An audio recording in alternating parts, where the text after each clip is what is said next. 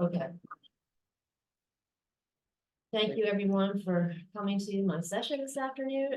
So what I'm here to talk to you about today is a small portion of a larger project. And so just to put everything in context, the larger project is a project that I'm working on with the three individuals on the screen now. So I do have three co-investigators that I want to acknowledge. They're not here today. And what we're looking at is it's funded by the National Science Foundation in the United States. And what we're looking at is teacher self-efficacy in integrated STEM, so science, technology, engineering, and math integrated together in elementary level classrooms. So in the US, that's approximately children that are about age 7 to about age 12. And what we're doing is we're trying to see if the self-efficacy of these teachers, elementary level teachers, in STEM teaching changes throughout their careers. And we're starting to collect data on them and observe them when they're still in college or university. And we're following them through their first few years of their teaching career, their in-service teaching career.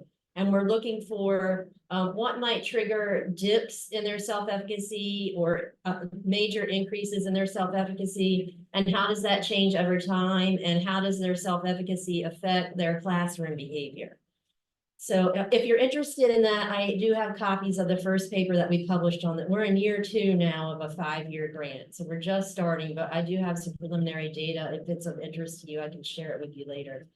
But what I want to talk to you about today is, as part of that larger project, our teacher participants are being offered professional development during the summer months every year of the grant. And I'm going to tell you a little bit about how we have structured that professional development. It was very, very highly informed by the literature. We used the literature and the educational research to decide how we wanted to structure it and what activities we wanted to include in it. And so that's what I'm going to talk to you about today.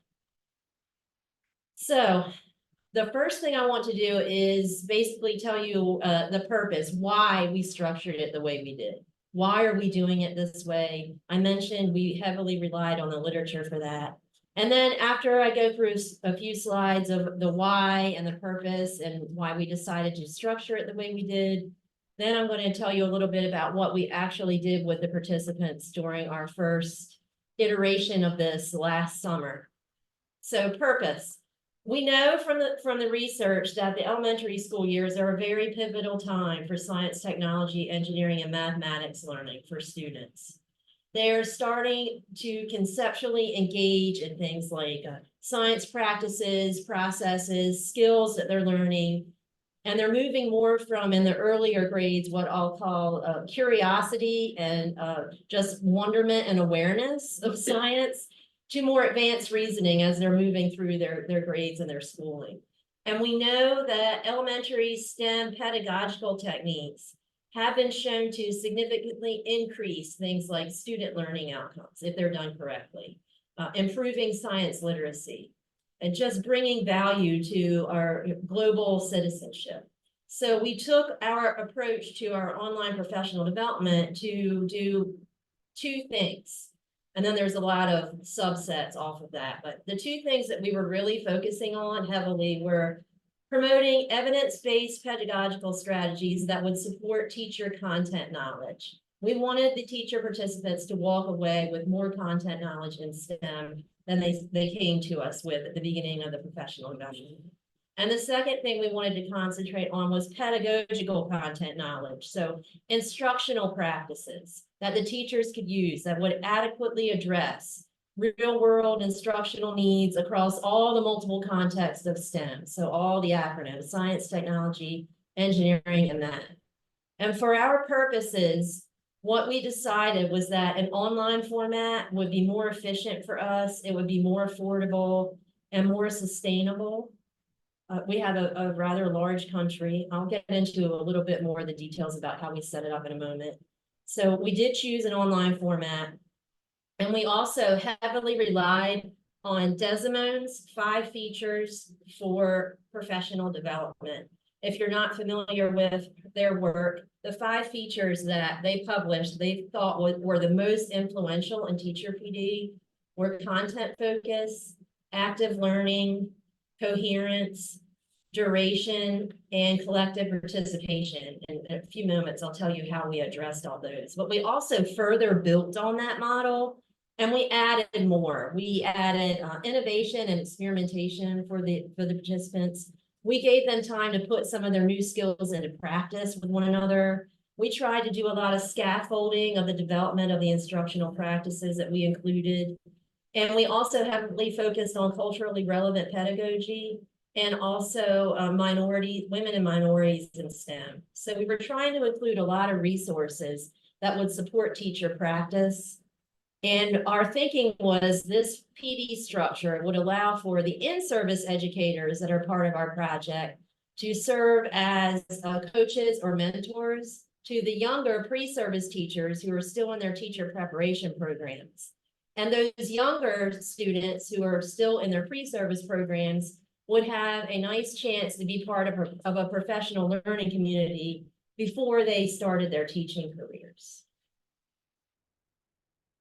So, why self-efficacy? Why are we focusing on self-efficacy? Well, we know that preparing students for careers in science starts early in their schooling, or it should anyway. But we found that many of our teachers at the elementary level were citing a lot of issues with being able to teach STEM in their classrooms. Things like lack of preparedness, reduced instructional time, inadequate resources for teaching the STEM subjects, especially science. And the teachers, we know, play a very essential role in developing the elementary level students' interest and motivation to want to maybe pursue STEM careers when they're older, or even want to learn science or technology or mathematics in the first place. So we know those teacher attitudes are important. And so low self-efficacy is therefore somewhat of a problem for us if we're trying to instill this motivation and interest in STEM in our students. So also, going along with that, we also know that self-efficacy is important because the higher a teacher's self-efficacy is in the classroom, the more likely they are to implement reform-based teaching practices and teaching strategies. And that is what we want to see. They also are importantly influencing student learning outcomes in their classrooms. And I noticed this morning that this was kind of a running theme in a lot of the papers in room A and also the poster papers in the coffee break.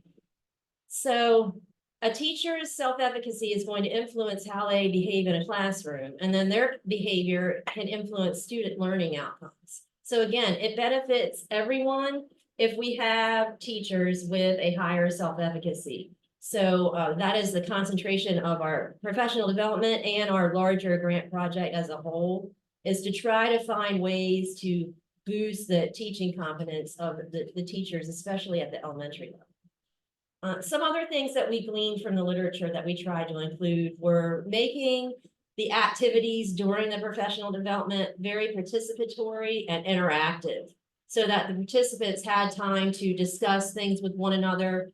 We encouraged a lot of discourse. It wasn't just the leaders of the professional development imparting the knowledge on the teachers and saying, here, go try this in your classroom. So there was a lot of back and forth there. The literature informed us that that was important. Having a social presence and promoting ownership. So one of the ways that we did that was we had the teachers decide on the actual content of the professional development experience beforehand. We administered a self-assessment to them as soon as they registered, which was a few months ahead of time. And we asked them, what are the areas of STEM teaching that you think you need help with or need the most work on, or could use some assistance or other background knowledge? And the answers that we got that were most prevalent are the ones that we use to structure the professional development. And they happen to be integrating children's literature books into their teaching, into their integrated STEM teaching, using the engineering design process. Those were the two big ones. And they also wanted to know more about the STEM op instrument, which I'll tell you a little bit about in a few minutes, but it's basically an observation instrument that a lot of school administrators are using in the United States right now to evaluate teachers and their STEM teaching. So they wanted to learn how to basically make sure that they were going to pass that test, so to speak. Is my teaching going to be up to muster according to this new instrument that is being used in a lot of school systems? So those are the three things, content area wise, that we based our activities around. Okay, I promised I would get back to Desimones. So Desimones' 5 critical features. Desimones says in their research that if you include these things in your professional development planning and activities, these features contribute to an increase in perceived teacher self-efficacy and teacher preparedness. So if these things are included, these are the things that are going to lead to more teaching confidence in our teachers. And the content focus seems to be the most influential element of all the 5. There's a lot of evidence that shows that increased teacher knowledge is connected to increased student achievement, which is what we want. So our content focus was bolstered by having content experts come into our professional development and cover certain sessions with our participants. And so we had content experts that had a lot of experience integrating the children's literature. We had a physics expert come because we were covering some engineering design challenges with the participants that involved physics. So that was our content focus. Active learning, we based around Bandora's sources of self-efficacy. And those sources are mastery experiences where you are actually going out and doing those things yourself and hopefully getting better at them, getting good at them. And the way we did that was we had the participants plan lessons and they delivered those lessons as soon as school started in the following school year after the summer ended.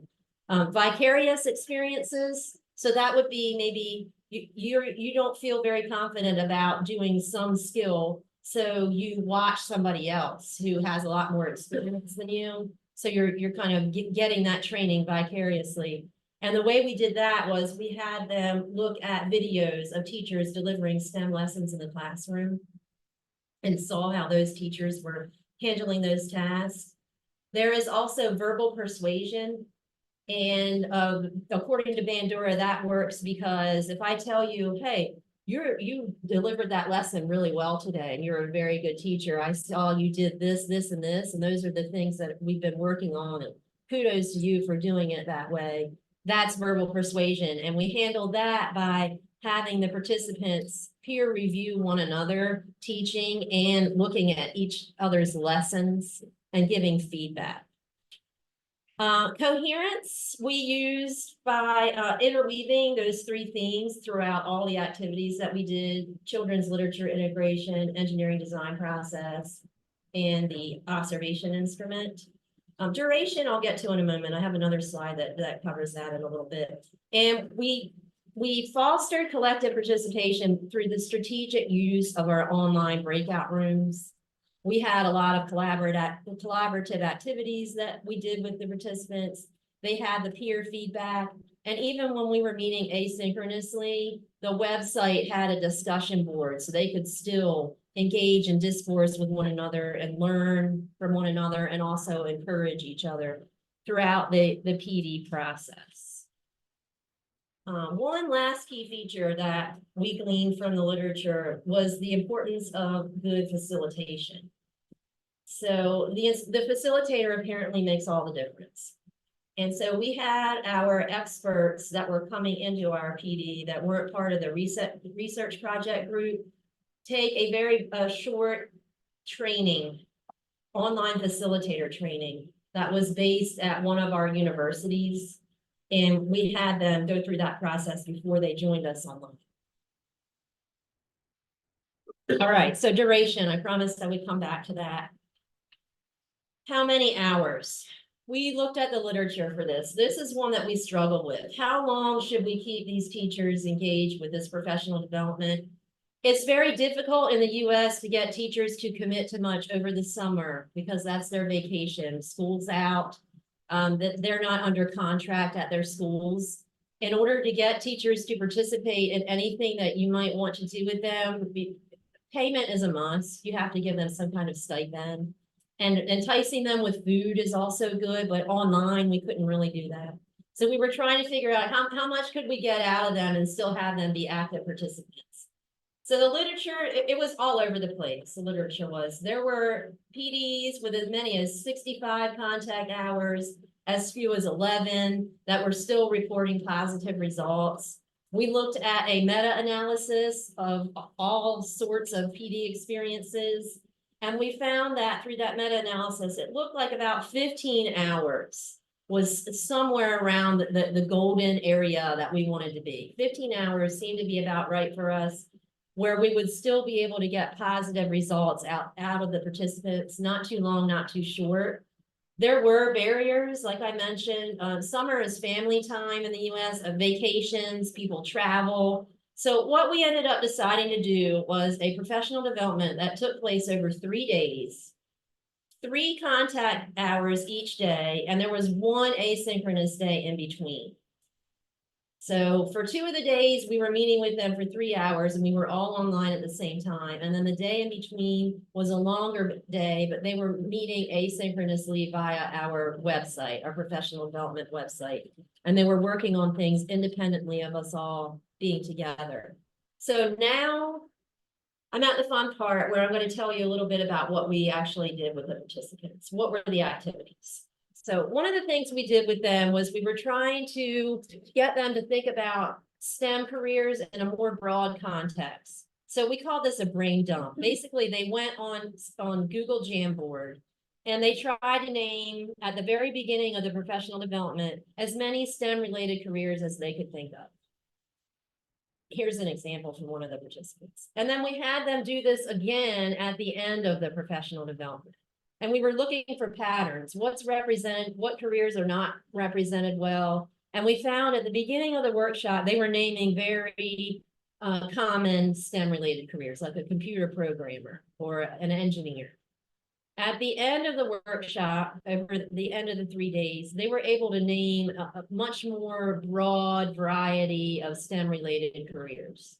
So we felt like we kind of opened their eyes to, well, being in a STEM career isn't just, I'm a mathematician or I'm a mechanical engineer. There were a lot of other careers in between there that you could think of that are also STEM related. Another thing we did was we leveraged children's literature pretty heavily because that's what the participants, one of the things they asked us to do. These are a couple of the books we use. These are, I highly recommend these books. Dreaming Up is a picture book that connects structures that are located around the world, very tall buildings for the most part. And they're connected to the way children build and play with things like blocks. And also in the book are descriptions of the architects who designed the buildings and a small snippet, a small description of what their childhood was like and how they became interested in going into a STEM career in the first place. And The World is Not a Rectangle is a wonderful book. It's about the story of the Iraqi architect Zaha Hadid, who faced many, many obstacles in her career being a female architect from Iraq. And it's just a wonderful story of how, of never giving up on your dreams. And it also integrated our theme of women and minorities in STEM careers. Those 2 books were pretty fabulous. Here are some images from Dreaming Up. So the one on the left is supposed to look similar to a stacking cups activity that a young child might do. And the one on the right there is very similar to an engineering design challenge that's pretty popular in the United States, where you get toothpicks and gumdrops and you try to make a structure out of that. The engineering design process I mentioned, there are a lot of different versions here. And the way we integrated that into our professional development was an egg drop challenge, which somebody mentioned this morning, dropping an egg and you have materials and you're trying to make sure it won't crack. And we also had them fly airplanes and they had to see how high and how far their paper airplanes would go. Here are some pictures of their structures that they built at home for us. And finally, I'm almost out of time, I wanted to tell you a little bit about the STEM op that I mentioned. So you can use this for observing teachers in a classroom, as I mentioned, or also looking at lesson plans. And the way we used this was the teacher participants designed their own lesson plans. And they were using these 4 criteria to make sure they were including the criteria in their lesson plans. And then they got feedback from one another, like I mentioned. And they gave one another comments and feedback on their lessons. And then these lessons were actually taught in the fall when our schools started up again. And I think, yeah, there's a sample there. And yes, my summary. So in summary, we were focusing on women and minorities, integrating literature, vicarious experiences by video, engineering design process was emphasized, and also the STEM op towards the end of the PD. If you have questions, I'm happy to answer them, and come see me later if you want to hear more about the broader project, or I can give you a copy of the paper.